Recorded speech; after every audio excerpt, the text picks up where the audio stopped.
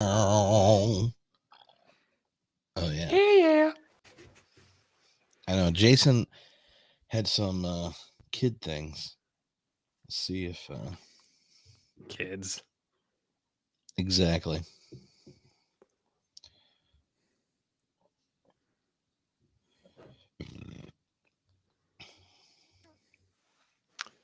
Reminded me of your who's the stat guy that you have on who Oh, Ryan yeah, when he was like Ryan Bird, pissed off about antinatalists, I was like, oh shoot, this is a spicy take. dude. Yeah, I was like, this is things I guess you say when you're tenured.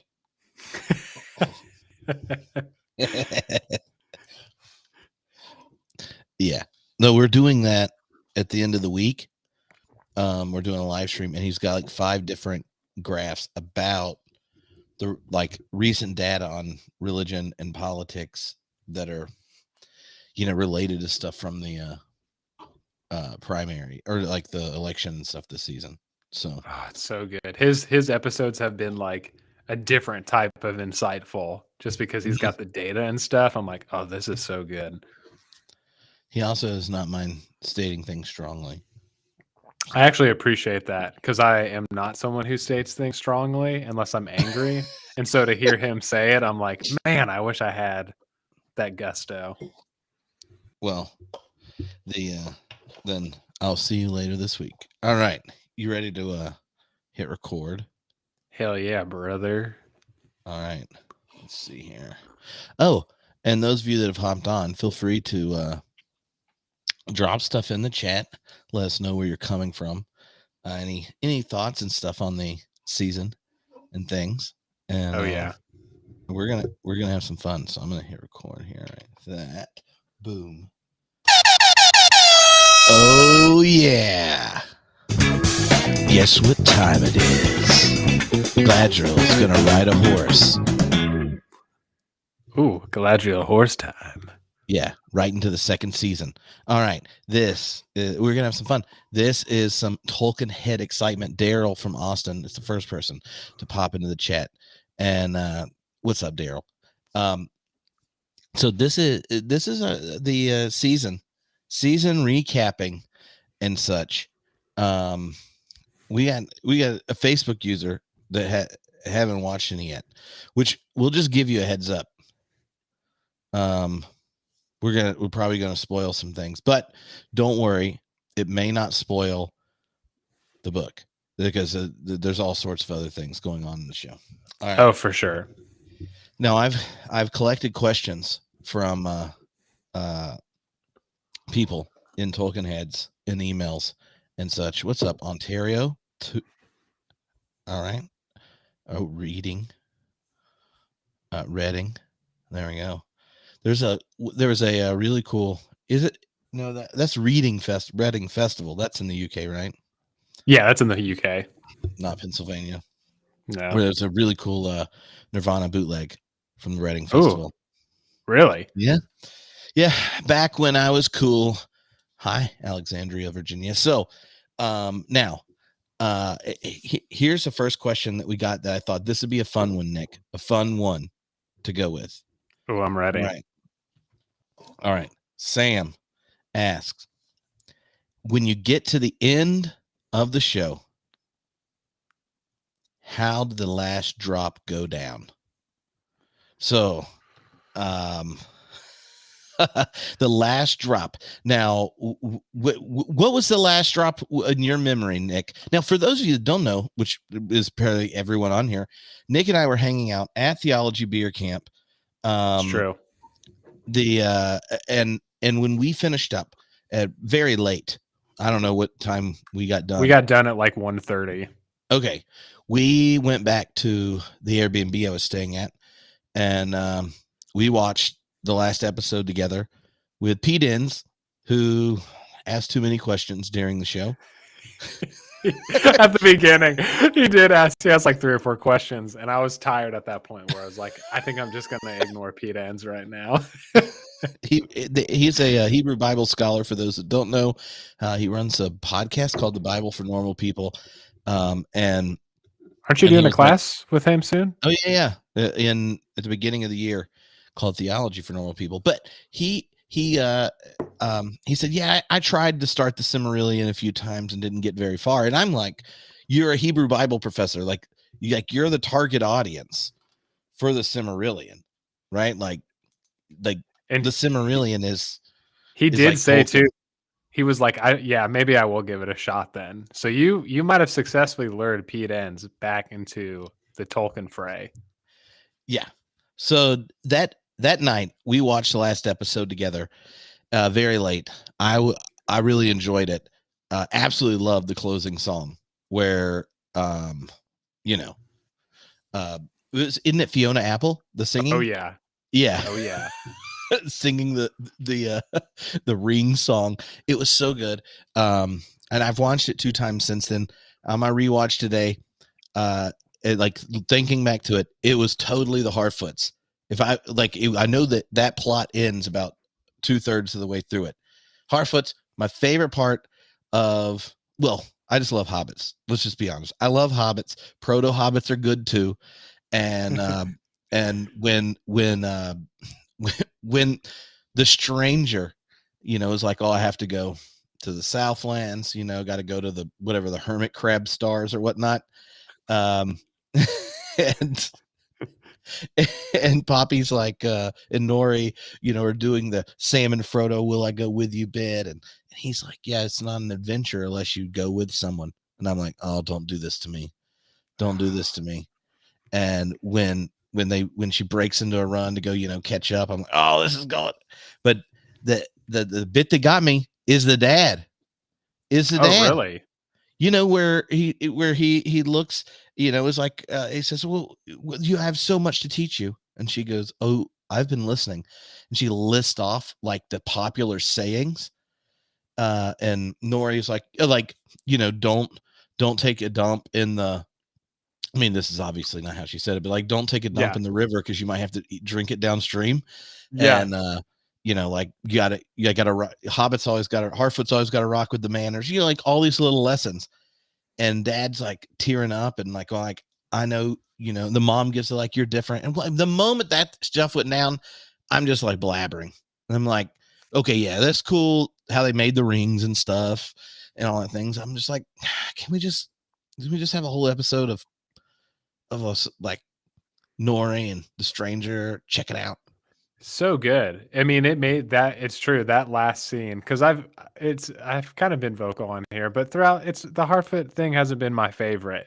But this last episode, like you said, really drew me in, and I'm like, I have to wait potentially 2 years before I see what happens with the Harfoots and the stranger and Nori. I can't take it. Yeah.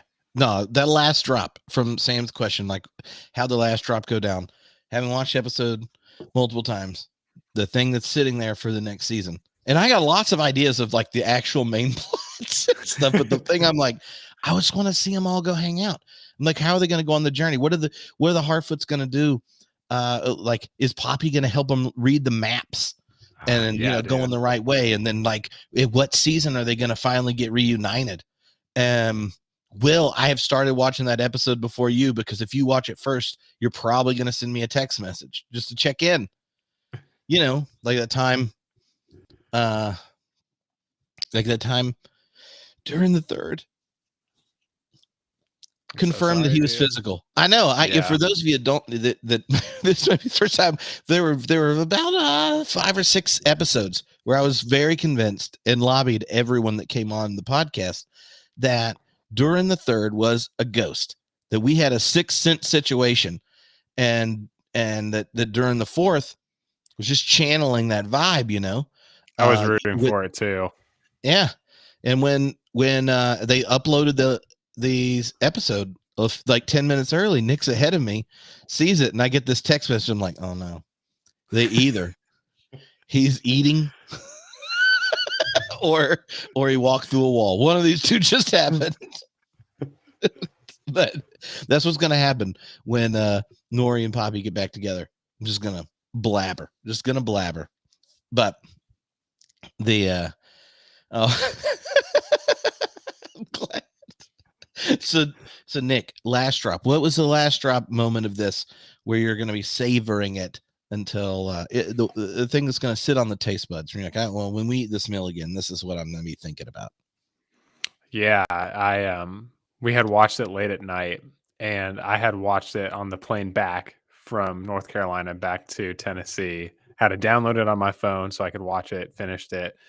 And as I've been kind of sitting on it and rewatched a little bit of it today, I I was a firm believer that the stranger was Sauron. And even at the beginning of the episode, I fell for the bait and switch at the beginning when the mystics bowed down to the stranger and were all like, Lord Sauron. And I was like, vindicated, baby. You felt You heard me. I said it out loud. I was like, oh I'm vindicated. Ooh, punching the air and everything. And I think I kind of caught on to it when Halbrand was Sauron, when he got to Eregion and started hanging out with Celebrimbor. Uh, and because when he came in, he was riding with a wound, and then like in no time, he's up like, "Oh, Celebrimbor, can I help you forge some things? Oh, what are you making?" I was like, "This motherfucker, dude. He is dude. totally." Well, but dear, it was like episode 4. We were both like very much Halbrand is Sauron when he did that whole little bit about, oh, you got to give them the tools to defeat conquer their challenge, not fix it for them. It was all Yeah, sneaky. When he was talking, and he says, or he's like, oh, well, let's just call it a gift. I was like, all right, he's yeah. Sauron. Yeah, straight up. And I think that drop, actually, how they did it was really well done. Like the reveal, because I was like, oh man, I hope they do the Stranger and the Sauron bit reveal really, really well. And as I've been sitting on it, I really love how they got Halbrand to reveal himself as Sauron.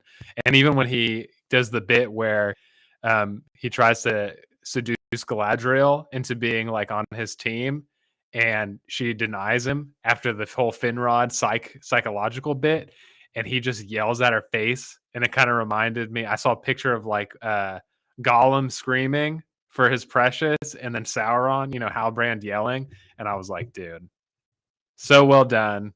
Walking into Mordor, the last scene of the episode, and then Fiona Apple starts playing. Yeah, It's just ooh, Sauron never looked so good. never looks so good. Hashtag hot Sauron, baby. Hot Sauron. I know um oh, you know what? One of the one of the questions, I don't know if I have it pulled up, but was, what did I miss that where people all realized it was Sauron before me? And so for people that may not know all the lore and things, like that he goes, oh, let's call it a gift, and like what from the Silmarillion and such is being played with, and knowing they don't have complete permission to kind of like play out the character of Sauron here. Yeah. So in the Silmarillion, how Sauron tricks people is, Galadriel. Well, no, sorry, the elves in Numenor. The only people that Sauron doesn't trick are Gil-galad, Elrond, and Galadriel in the Silmarillion. So they don't have the rights. So they're telling the version that is told in the appendices, which is that Sauron had just successfully deceived people of Middle Earth. And so he is called Anatar in the Silmarillion, which translates in Quenya to being the Lord of Gifts. And so Sauron works with the people of Middle Earth, and basically tricks them by spending hundreds of years helping them develop their societies and metals and things. And he's still hot. So they get the hot part right. So Sauron Anatar in the Silmarillion is a hottie. Starts seducing people into good works, giving them political power, and they translate that really well into the material they're given from the appendices. Yeah. I think it's if you've only seen the Lord of the Ring movies, then he just kind of always functions as just the big bad that made these powers and stuff. And one of the things I think for those that do dig the books, and such, that this series has the ability to do is actually give more nuance to like the relationship of good and evil, and what the Totally. struggle and such is. I mean, you see it in like in Sauron. It has this moment where in the larger legendarium, he's like wrestling with like, oh, well, could he ever get back in the good graces of the divine, and this kind of thing. And you see it kind of hinted at in that struggle, right? Because Galadriel early on, when he says to her, not that she knew he was Sauron, then it's like, no, like you can redeem yourself from all the bad things you've done. It's what you do now. And then he repeats it back to her. And she's like, I got this dagger. I'm gonna cut your throat. Like she's like, wow, look, if you had told me you were Sauron, I would have told you all sorts of things. But that like playing out what sets up to the seemingly good versus evil straightforward battle that you get if you just watch the movies. You add some of the complication that I think was really interesting to Tolkien. We've talked earlier about how his own experience with war kind of forced him to recognize that everyone in part battles like have stories that justify themselves being there, and they're good people. And what do you do with that? And the whole orc storyline here is picking up on that, but also that the even the discussion of a crown, or is there going to be 2 or 3 things generated, and the kind of need for a third in Galadriel's mind is like to generate something other than the kind of top down one and the binary, the 3 rings plays this role out. And it's all these kind of questions of power and the recognition of the elves. In Gilgalad here, actually, I think shows kind of the wisdom he's supposed to have, right? Like, right, totally. In the book,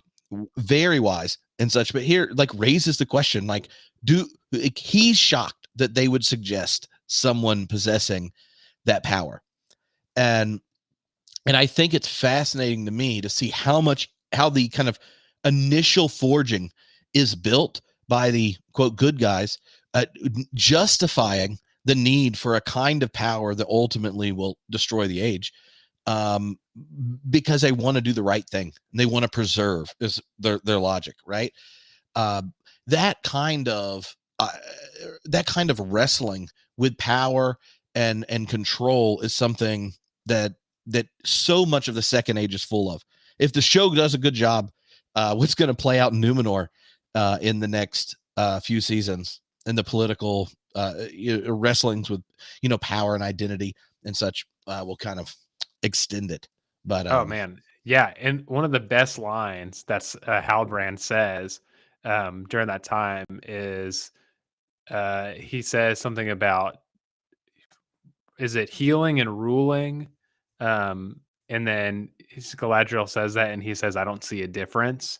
And how, even though Sauron says that, I think he's being genuine, because in the Silmarillion, he seeks pardon through the Valar. And so when he does all his bad stuff and they defeat Morgoth in the end, and Sauron's alive, Morgoth is chilling in the void, forever imprisoned. And they basically tell him he has to be a servant to the Valar forever. And he bails. He's like, I'm not into servitude. So he bails, and he thinks that his way, so he tries to redeem Middle Earth and make it in his own image. But the way that they bring the nuance in the show by showing that Halbrand Sauron doesn't see a difference between ruling and healing. I mean, that's the whole decline of each civilization in Middle Earth. Like you pointed to Numenor, the elves, the dwarves, everybody. When they say, "Oh, we're going to rule, and then we're going to bring the goodness," and that's when the trouble starts happening. Yeah. It's interesting. Laura just mentioned it in the chat about Galadriel leaving Valinor because she wanted to rule in Middle Earth. Right. Well, maybe unpack that if people aren't completely familiar with the lore, but I do think, right, the introduction of the characters we're familiar with that kind of stand in for all the elves in the Second Age kind of complicates it, but it sets up right for Galadriel being one of the main characters here, and people are all familiar with from the movie. Yeah, no, that's great. So we had talked about early on in like the first episode or one of the first episodes that at the beginning of the world, there was only God, Iluvatar, and angelic beings called Maiar and Valar, and uh, and so the Valar and the Maiar are the only ones ruling. And once they create Earth, the elves eventually wake up in Middle Earth. There's a place called Valinor. It's a holy land. It's kind of like the Olympus of Middle Earth. They go and get the elves. They bring them over. Galadriel is a part of that group. So she is one of the first age elf. She's one of the oldest elves in Middle Earth, period. Um, and during that time, she was a family member of Feanor, who is a rebel who ends up rebelling against the Valar. He creates the Silmarils and basically flips the bird to the Valar after Morgoth steals the Silmarils and says, I'm going to go kick Morgoth's ass, steal the Silmarils, and I'm going to rule things myself because the Valar don't care about me. And Morgoth is Galadriel, the original big bad that's right. That's right. that, That's that Sauron kind of Sauron's works boss. with. Yeah. Yeah. And Galadriel isn't really a fan of Feanor, but she doesn't dislike the Valar, but she has a desire to rule in Middle Earth her own kingdom. And so she basically rides the coattails of Feanor to achieve her own ends, even if she's not a direct participant in his rebellion. Mm-hmm.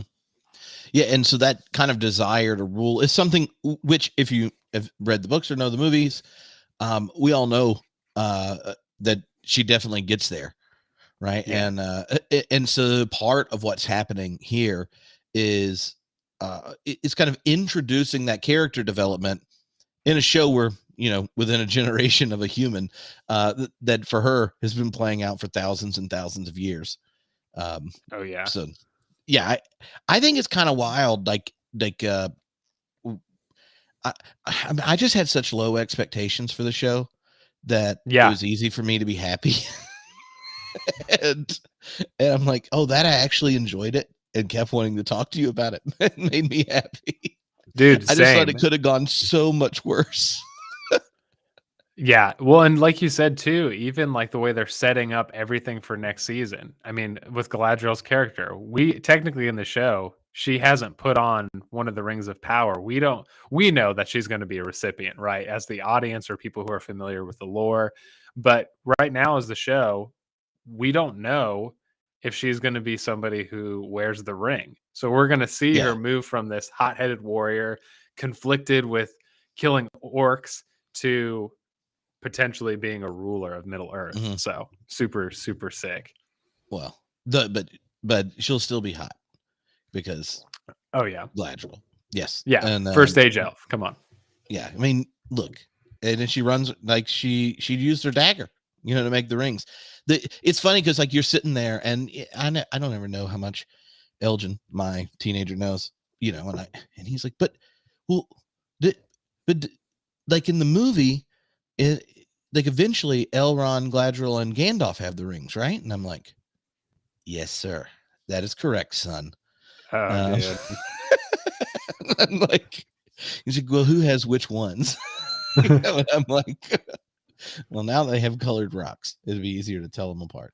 Right. And yeah, it's like Gandalf has the heart ring if he was part of Captain Planet. Ooh, we need somebody. I wonder if someone has made like a little cartoon of the Rings of Power Captain Planet sequence. Someone needs to do it. Someone make some fan art if it hasn't happened yet. Okay, so next question. We just did Sam's. Marcus says, what was the biggest surprise for you this season? And we can't pick that it was actually good because we have already said that. So the biggest surprise of the season, I think I don't know if this was a surprise. Okay, it is a surprise, but like how much I love some dwarfs. I mean, Yeah, I've dude. already said nice things about the Harfoots, but like I want a buddy cop spinoff show with Elrond and D4.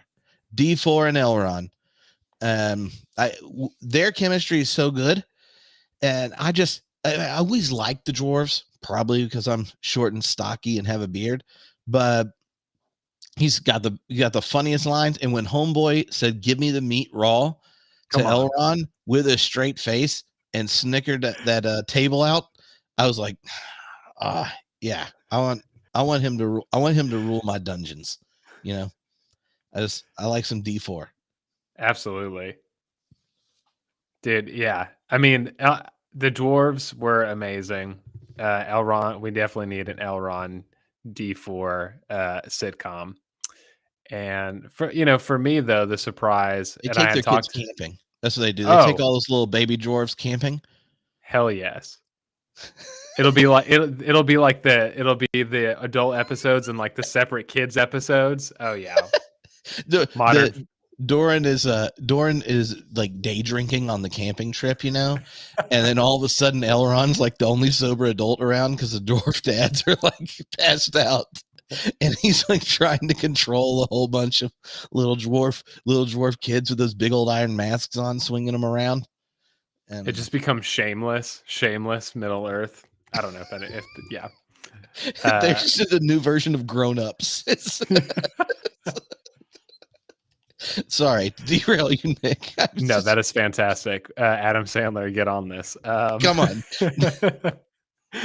Oh gosh. I think the biggest surprise for me was Arondir. I loved his character design, and his weapons, and even in the first episode, he's obviously, for me, the most badass character that we've seen so far, even still. And for an invented part of the show, I was skeptical if they were going to do that well, and tie that in with more of the correct canonical lore or whatever. And it was my favorite bit. And they really did like the first half very heavy. And then, of course, episode 6, where they kind of brought everything together. But we didn't get any in the last couple episodes of Arondir and Bronwyn. And I really missed them. And I want more. I mean, just the fact of even how they're, the healing between Arondir and Theo at the end, instead of doing some weird, like, I hate you kind of revenge sort of thing that I feel like is kind of a trope. There Or was a he's like, genuine I'm actually your forgiveness. dad. Yeah, it was really touching and good. What's under I Theo's think, long hair? I But mean, it's like, that like the kind of show only characters are all excellent. excellent, dude. But you haven't named the greatest character that's show only. Tell me. Oh, there's only one man that created Mordor. And it's Waldrick. Oh, calling up Waldrick. Yes, this is Sauron. I was wondering if you and Adar could build me a Mordor. And Waldrick is like, yeah, I can build you a Mordor. A what? Mordor. That's what Waldrick did. Greatest invention, added addition to the legendarium. I hope just his character becomes canon because Waldrick is awesome. I mean, I'm not saying quality when it goes to any particular element. I'm just talking about how awesome is it that dude that overacted in every scene he was in is Right. also the creator of Mordor. You probably thought there was like a whole lot that went into it. No. He just went to sneaky. Substitute the axe. Give Waldrick the sword. He's been practicing hiding it in his little stable. He knew how to rock this junk, Waldrick, and what's going to happen next season, Nick, right? Tell me. Waldrick is sticking that sword in the back of Adar. He's going down when he finds out that Sauron is back, and Sauron looks like an Abercrombie model. Then Waldrick is gonna swing still, and he's gonna say, Adar Hudar, how about Waldrick loves Sauron? Waldrick. Yeah, that's what's gonna happen. I mean, Nazgul rank. He's gonna move up in the ranks, dude. Waldig is the next Nazgul. He went from a humble Skyrim level barkeep to Sauron's second in command Witch King. He's rolling natural 20s all over the place. All over, dude. He's like, whoa. Oh, yeah. I look, if you were gonna get any of those acting roles and you got that one, and that whole time, that's what I'm talking. Witch King. Come on, Laura. Laura's on board. Like, I want a Waldrick T-shirt. That's what I want. What I want to be on Team Waldrick. I mean, not like the whole like, killing an innocent teenager. just that Sauron and Adar, they're gonna be battling it out, and Waldrick's gonna be like, "What's up? I did more." Dude, you need that wanted for creating Mordor with his face on a shirt. Yeah. Oh man, when you watch the like previews, when it does it, it's not even cutting in full scenes, but you get him leaning in to Theo, and it's like, you've heard of him, Sauron.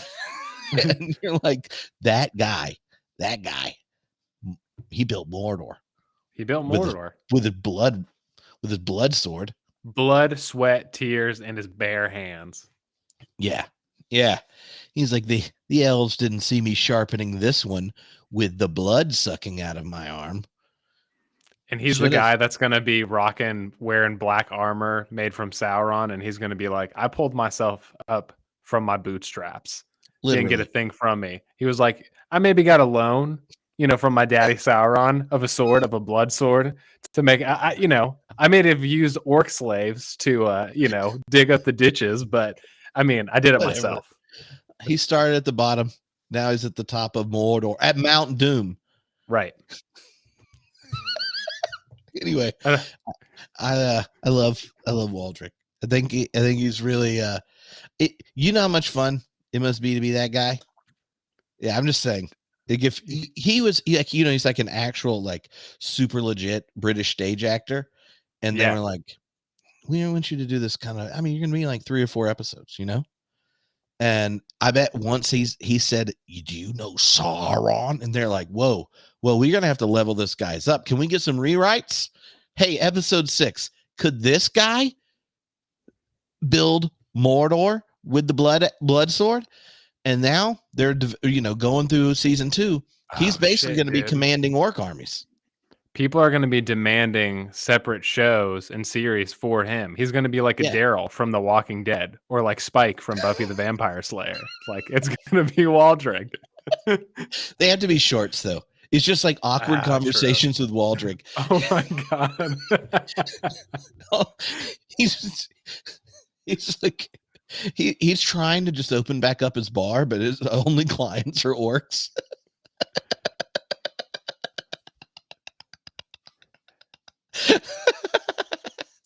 Oh, Chris, giving us a hard time. All right, so next question here. Wait, which one was that on? Just, there are a couple of people that appreciated our the posting Waldrick memes. All right, okay. Oh yeah. What's the next step in the main? What's your guess for the next step in the main stories? So let's see let's go with the stranger, and on headed off to Rune. Yeah. For me, I really don't know. I think they have been so sneaky with making us think that people are who they aren't. Mm-hmm. And I don't know. I mean, all hints point to Gandalf, right? The follow your nose bit is obviously taken from the movies, etc. But going to Rune, something that fits more with the lore is that's what the Blue Wizards do. And the Blue Wizards actually came down. They came to Middle Earth in the Second Age. So in the lore, Gandalf, Saruman, and Radagast don't come in till the Third Age, but the Blue Wizards actually come in the Second Age. And so I could see this being a Blue Wizard kind of paving the way for how they end up in Rune later. They disappear, and then also getting a taste, giving the hobbits a taste of wizard love. Mm-hmm. So there's see if this is right. So there's 2 blue wizards. They're already technically, according to canon there. In the East, you don't know. There's so little info about it other than you have cults in that area that are down for Morgoth and Sauron. And there's rumors of human sacrifice. A few references that are like, oh, they played with dark magic and stuff, which I guess the mystics, are symbolic or are spin-offs of. But do we know if the blue wizards, stay good or bad, or are they all on the same team, or could one be good and one be bad? And like, let's say let's say the stranger's a blue wizard. Because they're going to save the real arrival for Gandalf for the end of season 5.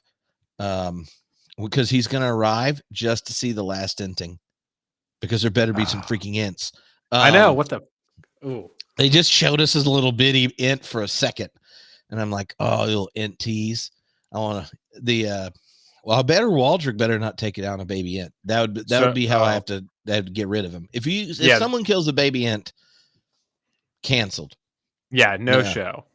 We want more Ents, but no hurting baby Ents. No hurting baby Ents. But so we got these 2 blue wizards, and after is it normal if you get taken down, one of the wizards, that you come back? Or because I thought with Gandalf it wasn't like necessarily he's coming back as the white.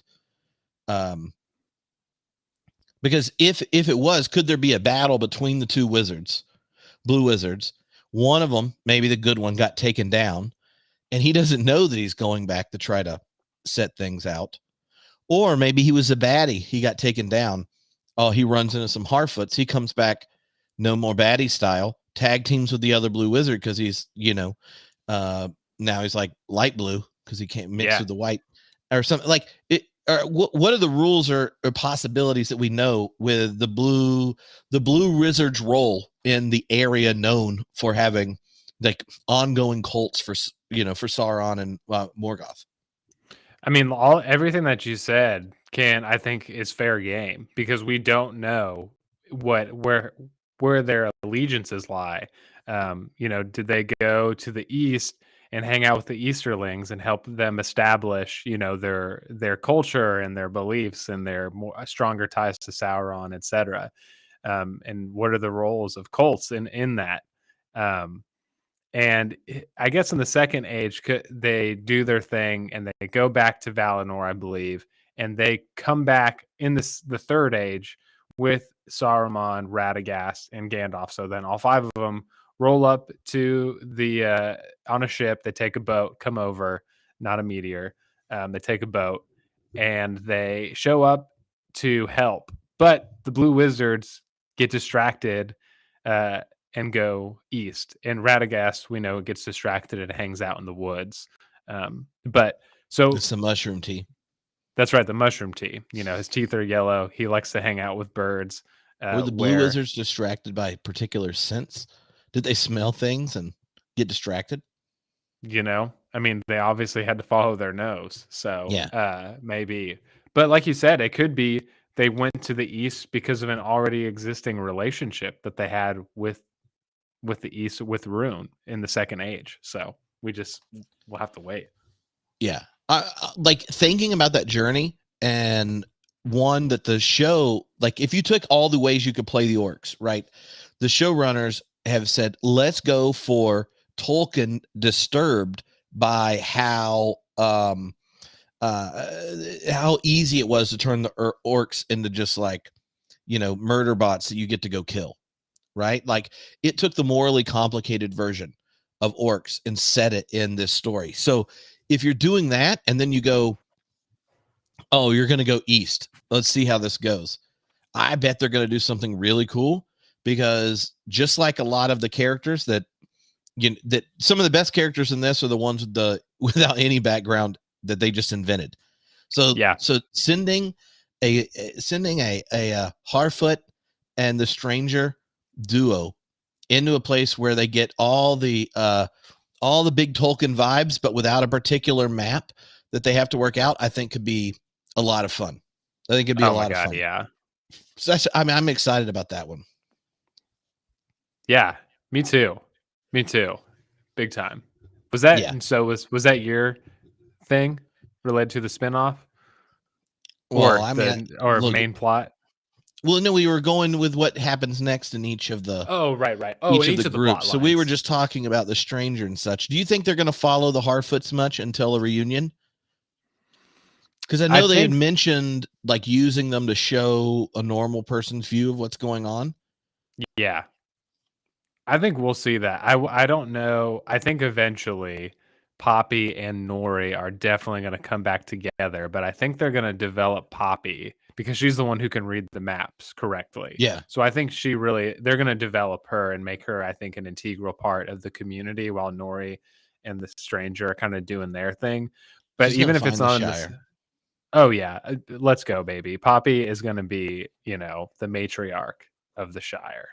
But yeah, I think they will reunite at some point, and they'll probably talk about what's going on in the world, whether that's season 2 or season 3 or 4. Mm-hmm. Yeah. Okay, so Valinor, where the show ends, you got the death of the king. You got the he's right before he dies, confuses. Was it Elendil's daughter? Is that right? Mm-hmm, mm-hmm. I don't remember her name, with his own daughter, and it's like, oh, go look at the Palantir again. Don't do what I did and use it so much you confuse the past and the future and all that kind of stuff. But he's like, we have to go back to the old ways. Then by old ways being like friends with elves and stuff in Valinor.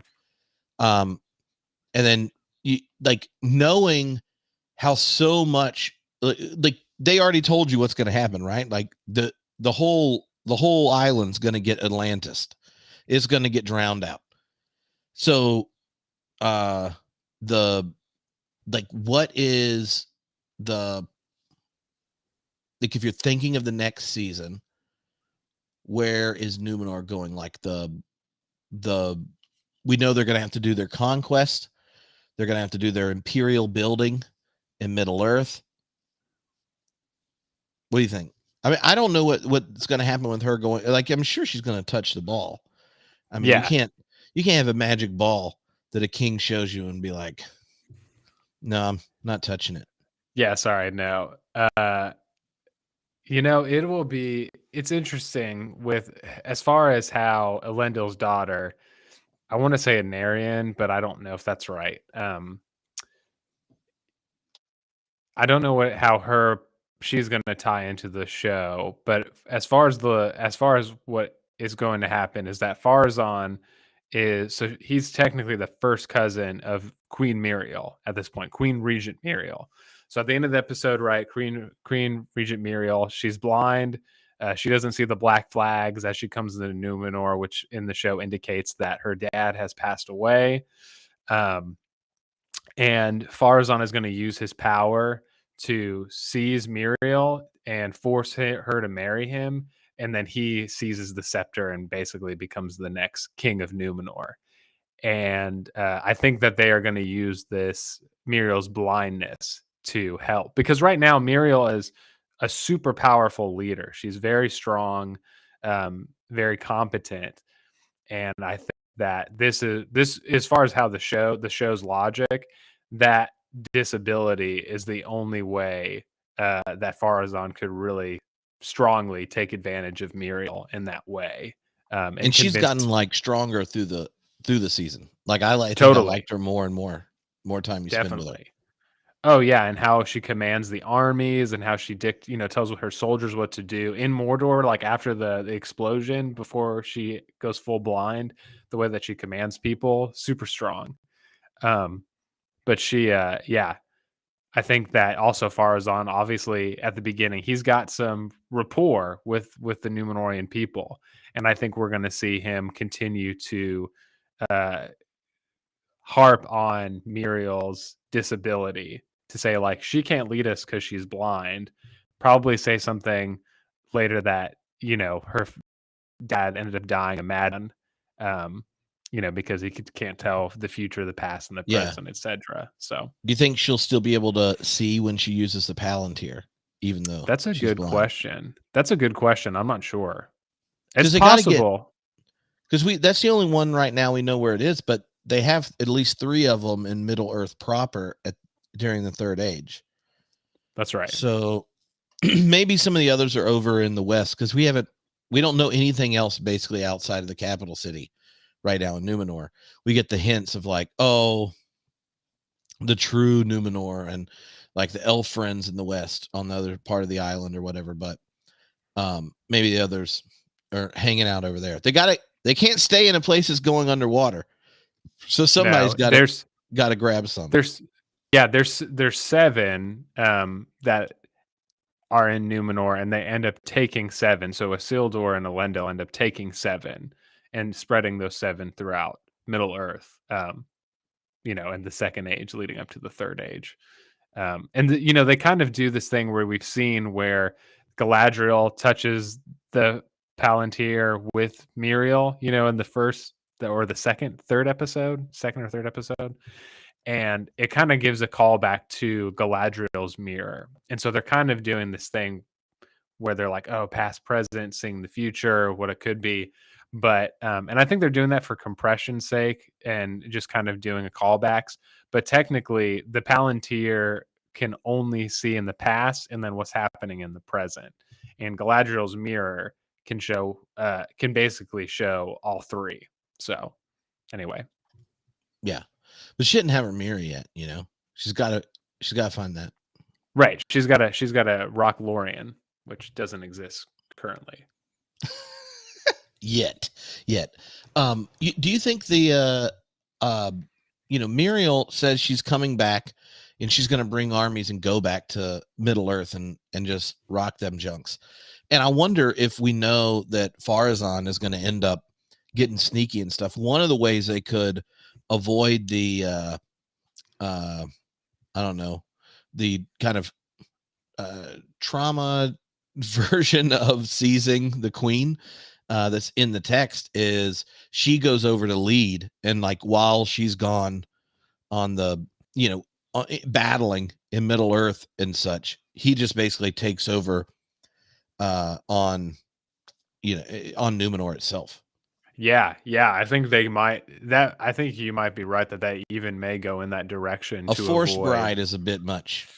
Yeah, it feels Game of Thrones, which there are some Game of Thrones moments in Tolkien. But like you said, as far as the tone of the show and the general tone of Lord of the Rings and the Silmarillion, etc., less yeah. I could see them doing that. And I think it would be a strong way to go about it, honestly. So all right, so what about the elves? And I mean, we've gotten hints at the mysterious yet unconfirmed loss of Gladriel's husband. Yeah. and also like her kid, our daughter, marries Elrond, Right. and maybe she already had a kid and just hasn't mentioned it. I mean, I don't know what. Like, I mean, if Elrond's like, my bad, I thought I was hanging out with you last week, Doran. And he's like, that was, I wasn't even married yet. Now I have kids. Come on. Who knows what counts as staying in communication with your kids? Because you have to admit, it would be really weird if one, Gladriel has a baby, like reunites with her formerly thought to be dead husband. They have a child, and she's like, oh, Elrond, just see my baby. And he's like, oh, I'll just wait 500 years. Like, I mean, I know that I don't know how elf stuff works, but I'm just saying. Yeah. I hope her daughter's safe somewhere. Yeah, I have no idea, man. I think like I had talked about earlier with, next season we'll probably see where the rings of power and who they're distributed to and who wears them, and we'll see the rise of Galadriel's kind of rule in different areas where she'll probably be set up as some emissary of Gilgalad in different parts of Middle Earth until she gets to Lorien. And I think we will get reunited with Celeborn, her husband. I just don't know. So for background for elves, so eventually the fate for Eregion and Lindon, they're basically going to get wrecked by Sauron. So they're going to fight Mordor. They're going to be completely destroyed. So and at the end, Elrond establishes. And I'm thinking of the Elvish name. What's it called? Rivendell. And then after that, Galadriel is in Lothlorien. Um, but Those are the so two elf places you visit in Lord of the Rings. Yeah, that's right. That's right. And there, I think right now, so the Grey Havens, like we talked about too, which is a place in the west of Middle Earth where Frodo and Gandalf sail away to Valinor. So that's also an elven outpost. So there's like 3 elven outposts left in the world in the Lord of the Rings. So, but elves actually their marriage customs, and I don't know how closely the Amazon showrunners are going to follow this, but elves basically only have sex to procreate. That's it. They don't do any like kissing, holding hands, nothing. I mean, it's like pure evangelical purity culture, on steroids. And so I don't know. Maybe they already have a kid, or maybe we'll see in the established kingdom that Celeborn and Galadriel get to settle down. We'll see a pregnant Galadriel. I don't know. yeah. I mean, like, just given how much she loves her brother, Yeah. you would think if she has a daughter, it would be, similar. But Yeah, I think it'd be a strong dynamic. And eventually, too, if we see, depending on how far ahead they go in the future with the 3rd and the 4th seasons, to see maybe Galadriel's daughter getting older to the point where she is able to marry, Elrond and seeing the establishment of Rivendell might be cool. the one of the things that I wondered, and when I rewatched it back through, is if a lot of the scenes of grief and things of Galadriel could have just as much been about what's her husband's name? Celeborn, as well as her brother, right? So because the brother thing is in the opening scene, then we think, oh well, these piles at the battle, that must have been where Finrod went down, or all this kind of stuff. But I imagine, like, once if you weren't thinking she thought her husband's gone, but there's no confirmed kill, then those scenes of being in tragic losses could have just as much been her looking for him, as like when Finrod was lost. Oh yeah. Oh, that's so good. So I wonder, when going back to look at it, if in many ways we focused on the brother because of, well, he gave her the little wisdom where it's like, oh, you got to touch the darkness. And she's like, deal. But yeah, because it could have been that grief's been there the whole time. And so little of her grief is ever really shared. And, she starts to share it when it comes to, if Sauron's running around with his luscious locks and swarthy smile, she's just like, well, I'll tell you about my deep grief and pain. Well, and that's kind of just how Galadriel's been forever. I mean, so in the Silmarillion, she ends up living with a kingdom in the first age of elves, and she moves in with a king named Thingol, who is married to Amaya, who is an angelic being named Melian. And so Melian's like one of those people that she can look at you. So like in the Lord of the Rings movies, when Galadriel's like reading people's minds and shit, that like Melian is like the OG. She can read people's mind. She staves off Morgoth all by herself, basically in the first age. and Melian gets Galadriel hanging out. So Galadriel, when she left with Feanor killed a bunch of elves and took their boats. It was the first kinslaying is what they called it, but it was the first elf on elf violence and murder. And she hides that information. Galadriel hides that information from Melian, and Melian figures it out. But it's one of those things where Galadriel's kept those type of feelings and grief and bad things close to her chest without sharing them. Yeah, and if you live that long, your body can remember all sorts of trauma. Oh my God. Just the elf version of that's got to be intense. Yeah. Yeah. So any like how many rings get built next season? Oh man, because we didn't get any during the fourth action in the last episode, I'm hoping that there's going to be some tension between Elrond and Durin, where he's like, "What'd you do with my mithril?" And he's like, "Check out these rings, Big Daddy." And he's like, "You gotta hook me up if we're gonna save our friendship." Yeah, and hopefully we'll see some 7 dwarven rings. Because the dwarves, because they the rings make them like more greedy, basically, right? Like it makes them.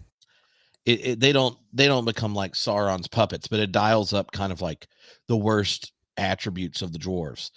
So I wonder if that will be how Doran the Third decides to go for mithril, right? Like, he's not a ghost, but he should have been, and now Doran the Fourth is like, how am I going to get my status back, because he took my little chest plate necklace thingy that made me the heir.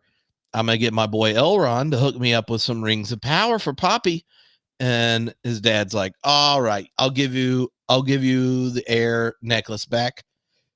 Now Doran the Fourth is like, oh, I got my status back. Dad's like, got the ring on. He's like, you know what, now that I'm thinking about it, I think we need some mithril. And D4 is like, Daddy, what are you talking about? Yeah, we need some mithril. Whoa. Where's all this greed coming from? Greed. I want power. And then junk goes south. It goes south. He starts to die. And Doran the Fourth is like, oh, I think something's wrong with my daddy. But then he slips on the ring. And he's like, oh, I need some mithril up in this piece. And he's like, give me my axe. It is time to mine that mithril. And then Balrog. I think, honestly, because people are talking about how, so the timeline's a little messed up with the Balrog people. It's a small gripe. He doesn't come until the Third Age. But I think if you're going to complain about a Balrog, it's that the Balrog. Yeah, that's right. I'm not going to complain that he's there. Right. It's the mithril. It's the Cimmeral juices in the that. Let's go with that part. Like, you can't complain. Complaining about a Balrog because you're going to get a Balrog fight. That's like complaining that you discovered that Waldrick actually built Mordor. Who's against that? So true. But I think that would be a great way to introduce the Balrog. I would be happy with that. If, the rings make Durin the Third greedy, and he's like, we actually gotta dig deeper. And then of course Durin the Fourth's like, what's happening? And they keep going. Oh yeah, that would be a great way to show the power of the greed of those rings and what they do. I want a big dwarf holiday. I want to see what happens when, like, let's say they're going to give the other dwarven rings out to dwarves under other mountains, right? I want them all to get there, and then it looks like a little, like a Highland festival. Yeah. When the clans get together in Scotland, I was there for a few years, and when you see them, they all come out and they got their tartans on, tossing trees, doing like the most like Scottish people, like the old school Scottish games, man. They need to have dwarvish games because they all got Scottish accents, and then you got to have they bring them all out. You have them all like competing in junk, having the houses battle up. They're like smashing rocks and stuff. Because they kind of already hinted at that, like you said, the dwarf. So yeah, dude. Yeah, they're going to Ooh. have the cool dwarf drinking games, smashing things, throwing things. At the end, D3 is like, I got y'all some rings of power. And they're like, this is awesome. And we got a little festival, and Elrond like shows up at the end of it, and all of them are like, whoa, whoa, whoa, whoa, what's Elfman doing here? He's like, he's here because we're dedicating a new gate on the other side of the mountain. Oh shit. Malone, say friend Did and enter. Did you see that they announced a character who's playing a character whose name looks like Narvi? And for those, Narvi is the dwarven smith who helped build the dwarves or the doors to Moria. So we Ooh, may be getting some of that action in season 2. that's what I'm talking about. He probably also will win the dwarven games. Win all Yeah. the mountains. How many dwarfish mountains are going on right now? How many do we know of? Second age, I'm trying to think. I don't remember because the two main ones are there's 3. So there's Moria, which is happening right now. There's Erebor, the Lonely Mountain, which is Mm-hmm. where Thorin from The Hobbit. And then there's the Iron Hills. Um, and then the Blue Mountains, I don't remember exactly where. So there's 3 big ones. I think there might be a 4th one. I don't know where all the kingdoms are, and I don't know. I think in the second age, the only thing we have right now that's explicit is Moria. But don't quote me on that. I'm not 100% sure. Well, I definitely think they need a 7 clans to get 7 rings at the dwarven games. I mean, I'm just saying it'd be fun. I'm into Plus, it. it'd be high quality music that episode. The elves, like, they got all that ambient stuff, but the dwarves, they got sweet choirs and chanting and breaking things with percussion. All right. Oh, let's see. What have we not talked about? There's one other plot Let's line we see. didn't. We didn't we didn't talk about a Rondir Bronwyn, right? Or yeah, right? We basically haven't done the orcs and the south and the Oh, orcs. yeah. Yeah, we haven't done any of the South. What do you think? What do you think is going to be with Adar, I want to Bronwyn, fight. all that? I mean, I just want Adar and Sauron to have a nice little fight. I want Waldrig to have too big of a role, a big enough role that everyone's like, why is this happening? And yet he's just so good. And you're like, this was the secret no one told us about. But no, really, I want to see more of kind of the Orruk culture. When What does it look like before kind of the reinstitution of Sauron's power, and how does his kind of regaining domination and control take place? Because Sauron has that, like, he can make you not even see what's going on and all that kind of junk. Well, who knows how it could go down. Yeah. But I there's no way they cannot.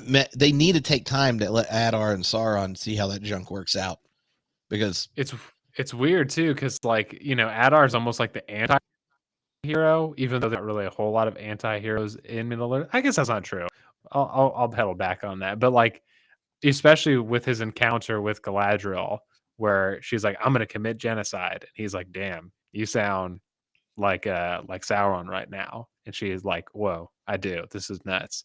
And so to yeah, see him being in conflict with both Sauron and the elves and the people, and I think there's going to be some oh shoot, like Galadriel and Elrond and whoever are going to be like, do I need to help these orcs build their own culture and be safe?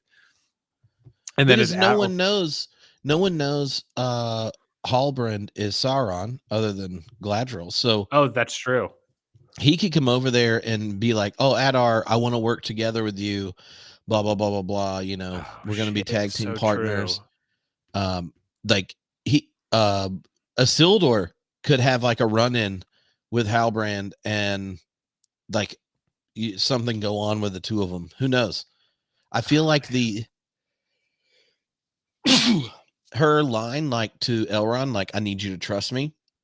So now we know, and she knows, but no one else really knows. But Elrond saw, picked up the scroll towards the end of the episode, so he's like, "Oh, what's going on here?"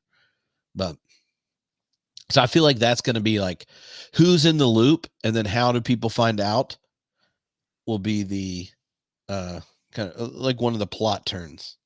Yeah, I think the Isildur, kind of run it because right now he's abandoned. He's the only one that hasn't made it out of Mordor as of yet.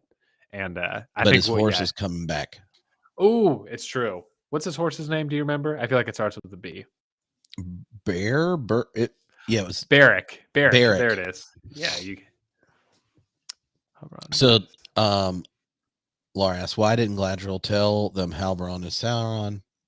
It was just too late. Yeah, I took it as she was extremely embarrassed and thought, if I'm the one that brought him here, and so that's why she didn't want anyone to say. She just wanted to cut him off, right, and say, "Oh, we aren't going to deal with him if he shows back up." And then she's like, "Oh, we're going to make 3, and only 4 elves, and only elves help make it." Like, you could see her doing this whole, like, "Oh, how can we do what we need to do and Sauron not corrupt it? Okay, we need 3. It's elves only. I'm gonna give you my dagger. We got our little 3 rocks. Like, we're gonna do this, and we're not messing with the other races in Middle Earth. He's gone, so it's pure elf power right here." Because look, they already tried to send her back once. If they're like, "Hey, by the way, just a fun fact, there actually was no king of the Southland for the last couple thousand years. I just brought him. I brought him in town to help us craft some stuff. He's just throwing out ideas. He's been around since the first light. Come on. He's got a lot of wisdom here. He's really trying to make a good turn." Yeah, he's a consultant. He's doing things now, helping people out. Yeah, and man, because Elrond, even because he gets the scroll, he sees the scroll, and he realizes that something's wrong, but he still doesn't know that it's Sauron. He just knows that something's not right. Yeah. But Daryl wanting to see the form changing ability. See, that's one of those things. Like, do you want to see it, or would the actor not would have to be a lot? It couldn't be that good looking if you want too much form changing. I don't know. It looked like he was on the verge when he was like yelling in Galadriel's face. I mean, the right side, he looked sickly. Like yeah. I mean, it was like Two-Face action. Maybe Derek. Maybe he. Like, what do you think his natural form is? Do you think he's actually really just sitting there in his armor, 6'9" or whatever? He's tall with his little Lord of the Rings armor that you saw at the beginning of in episode 1, in all the flashbacks. Man, yeah, it's a good question. I mean, that's his terrible form, and eventually, like after the second age, Sauron can only be an ugly, like evil-looking dude. So he only gets one more age of hotness. So yeah, I mean, look, age comes for everyone, like even Dark Lords. Right. But if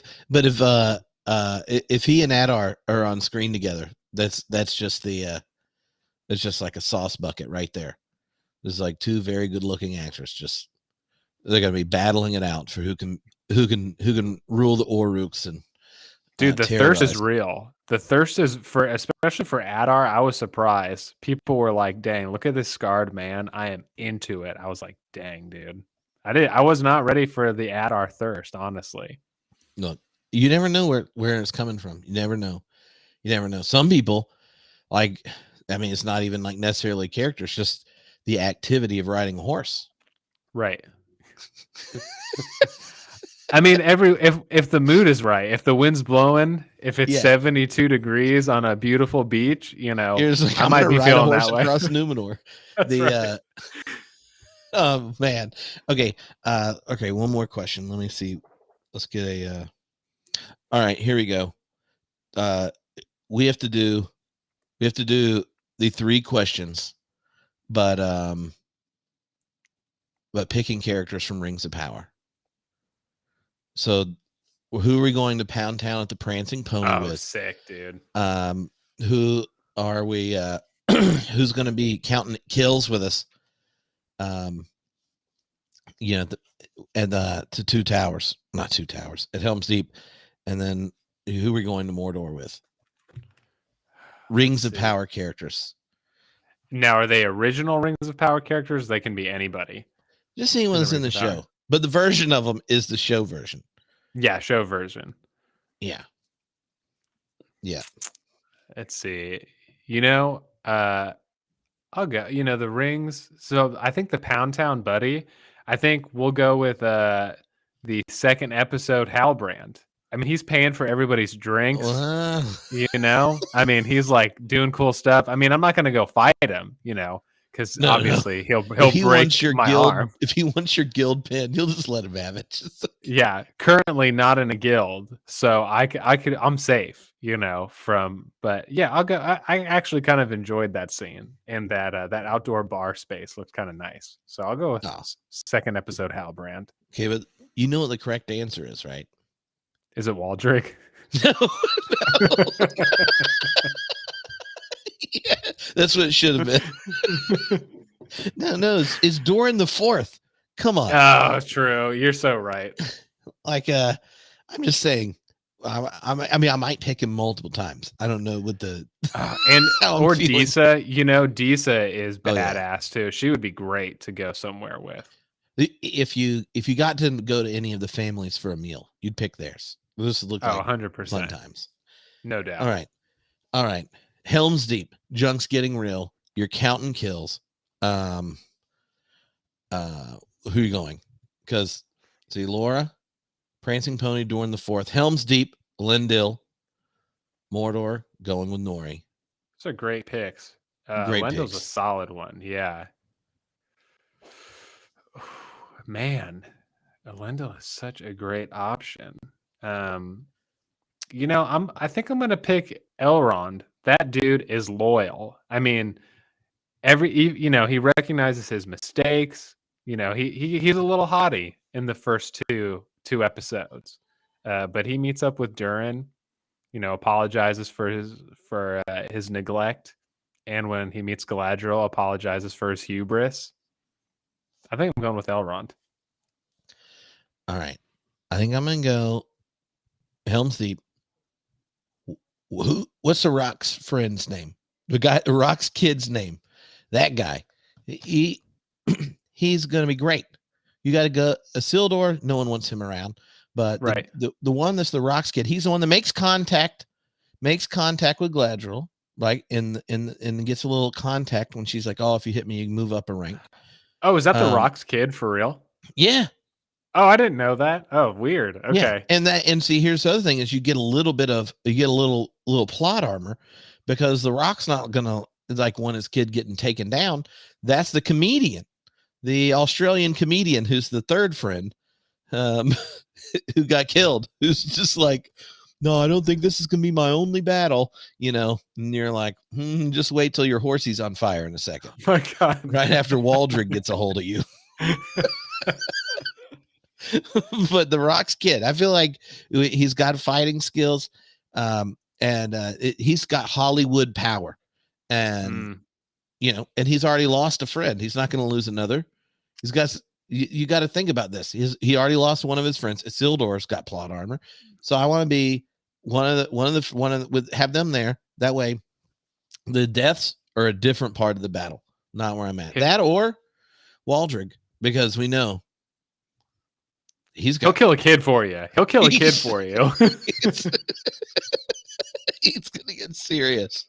Oh man! All right, is there an answer other than Nori for going to Mordor? Man, we've talked about the issues with bringing someone super powerful like Glorfindel because someone's going to see you coming a mile away. So I can't bring the stranger because it's, OG, powerful. I don't know, Nori. I think I'll have to go Nori too. Yeah, the only other character would be Bronwyn, just because she's got a little satchel of all those little herbs and spices. She'll be able to figure stuff out. Yeah. Yeah. and she seemed like good of heart, but we don't know. We don't know yet. We don't know yet. But you know what I do know? And at the end of all these seasons, Nori will not have had a bad turn. Like Nori is not going to end. This show's not going to end, and we're going to be like, Nori was a Waldrick acolyte the whole time. Right. She was she was just ready to turn. Oh man. She Yeah. takes off the sticks. She puts on a leather vest. She starts speaking, in a Cockney accent. Do you think what are you thinking about the mystics? I mean, I can't other than does it like if the one that does the change, changes her shape to other character, it looks like if she pulls your hair, she can switch. People were saying that the only people that she transformed into were people that she had touched. And so, like you said, pulled their hair or whatever, because it's Nori and the stranger, which she had both touched previously. So I don't know. And they looked like because she looked like the powerhouse, because the one with like the Prince Amidala kind of setup, she was like the leader, she's like commanding. So, and each one had like different powers, it looked like. So I don't know. I want to say that because they knew where Rune was, I think they're going to be set up with like some sort of cult for Morgoth or Sauron, but I think they may be corrupted Maya that are like, I think I said this before, they're like the neg version of the wizards. They're nega wizards. Yeah. That's what I think.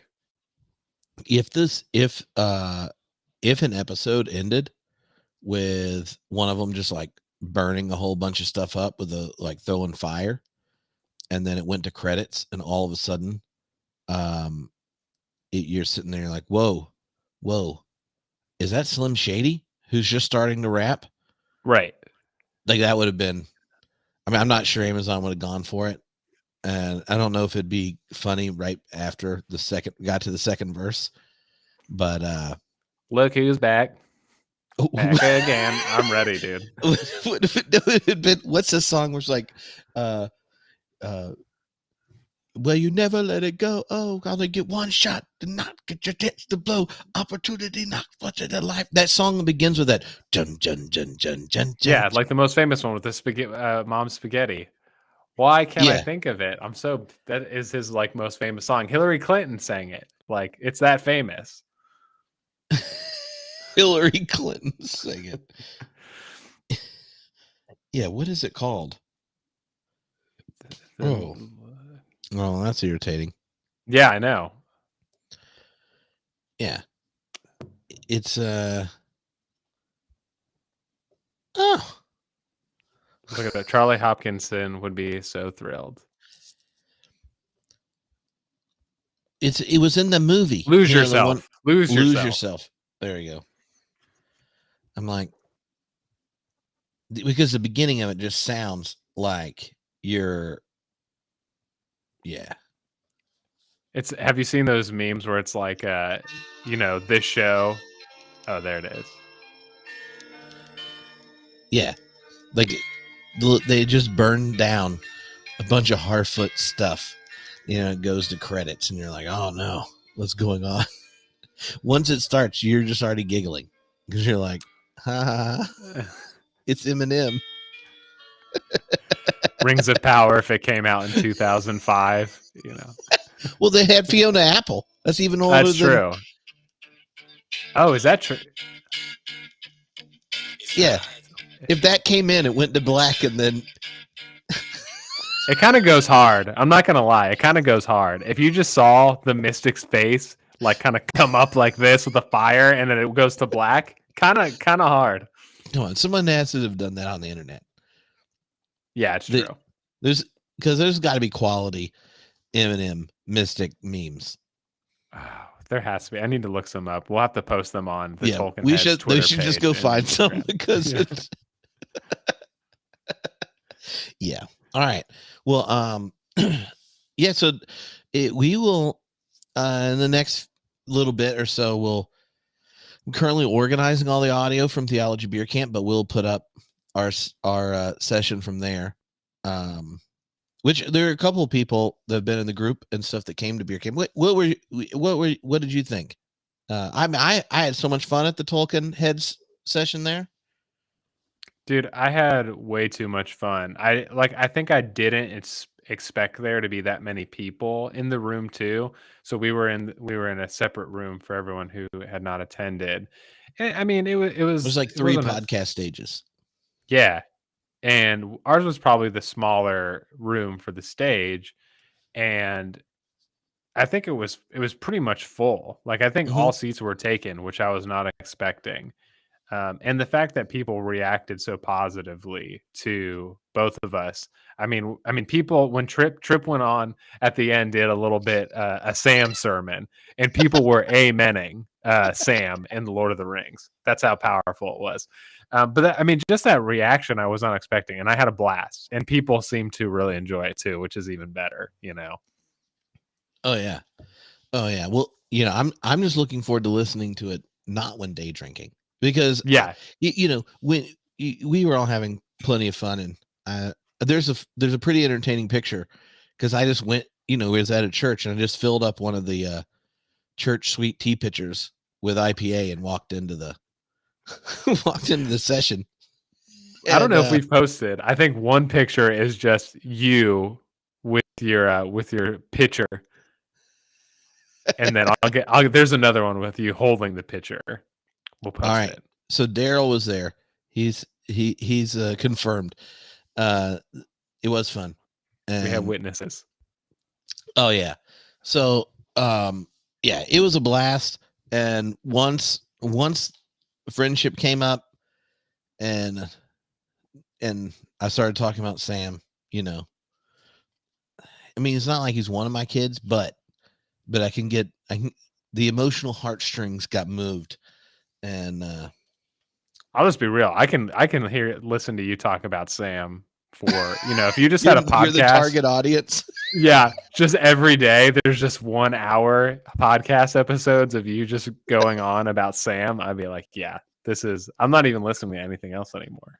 Well, I'm glad you appreciate it, but it was fun. So we went back and forth on the kind of different topics and stuff we're going to talk about, where Nick would drop giant lore bombs, non-violently, of course, and Sam hits, and then we would get nerdy about it and such. But it was a blast. We are Nick and I are going to be trying out a couple different other Tolkien related podcast styles in the near future. So because what's the timeline on season 2? Because aren't they just now filming it or something? Yeah, I think they did it maybe a couple weeks to a month ago. I mean, it's between 18 and 24 months until we get something. That's so not nice. I And also, know. don't they know that elves don't age? Yeah, It's like if it's two years per season, then Nori is going to be what, 28 or something. I mean, because the actress is college mid student, I think. 20s. Yeah, something Yeah. like that. I mean, and what about Gilgalad? I mean, he looks good for his age, but Gilgadaddy, 2 years. We might be seeing some Mr. Fantastic grays, Yeah, well, but he has a sick tree. The tree's sick. It's true. He's like, got the gray lines because that's right. We don't have mithril, so I get gray. I've just started graying because of the mithril. Oh, there was once this Balrog, and there was this lightning, and it went into the ground and made mithril because it did. Because it did. And they were like, really? But how did that happen? Well, what no one's told you before was Waldrig was up on a mountain. And then we're like, how? And he actually had a lightning pole that he's shaking to get the attention of the electricity. And he's the one that shot it down on the elf and the Balrog on the tree. Well, Waldrick made Mithril. You didn't know this? Now I'm just picturing Waldrig as like a prospector, where he's like, "Have you heard of Sauron and Mithril?" Ooh. There's a you get one of those like Lord of the Rings art books, but now it's like where's Waldrick? Oh my And God. it's like all these famous scenes from the different ages, and like Waldrick's just hiding in it, where he's secretly the main character. This is some high quality merchandising ideas. Do you think we'll get we'll get an actual green dragon at some point in the season? Like, will we get any dragon action? Because in the episode 1 where it did all the flashbacks and stuff, the dragon eagle battle that we got 20 seconds of looked so legit that I was like, oh, until last night's episode, I was like, the best dragons of the year weren't even in House of Dragon. No. But last night, that was great. When the big one just... I haven't seen it yet. Oh. Which is okay. Dragon reveal's not big of a spoiler, so I'm it's good in the with book. It. Okay. Yeah, I mean, what's the chance we can get some... We know we're going to get some Balrog action. We're going to get some Dragon v Eagle. Yeah. I think it's high, because the pub that Waldrig is the owner of, it had a little callback. So on the sign was a bird eating a baby. And if y'all didn't know, the bar that Tolkien and C.S. Lewis and their buddies used to hang out at was called the Eagle and Child, and they would call it the Bird and Baby for short. Mm-hmm. And the showrunners confirmed that Waldrig's bar is a direct callback to that fact. And so I think we could get a green dragon. Like, and maybe, it gets taken down in the Shire. Oh, yeah. And then they're like, whoa, what's going on? And maybe that's when like Waldrig comes back around and becomes a goodie. And he's like, I was really hung up on Sauron. I may have murdered some of my neighbors. But my bad, right? And so what I want to do is dedicate the rest of my life to having high quality pub atmosphere here in Bree. In honor of this dead dragon that happened to be green, I'm gonna open up a place. It'd be classy. Be classy joint. Elves are allowed, Right. I'm not going to be giving them a hard time. No more slurs, No more slurs. Right. No more expectations for kings that turn out to be the Dark Lord. Yeah. I mean, if there's something that brings healing and unity, it's a good pub, Yeah. I don't think I would ever drink too much if Waldrick was the bartender. Yeah, fair. I'd be worried. But he might be putting some of that black stuff from the cow in the first episode. Might be squirting some of that stuff in your mug. You're like, well, this isn't Jägermeister. Well, it's just not cold enough.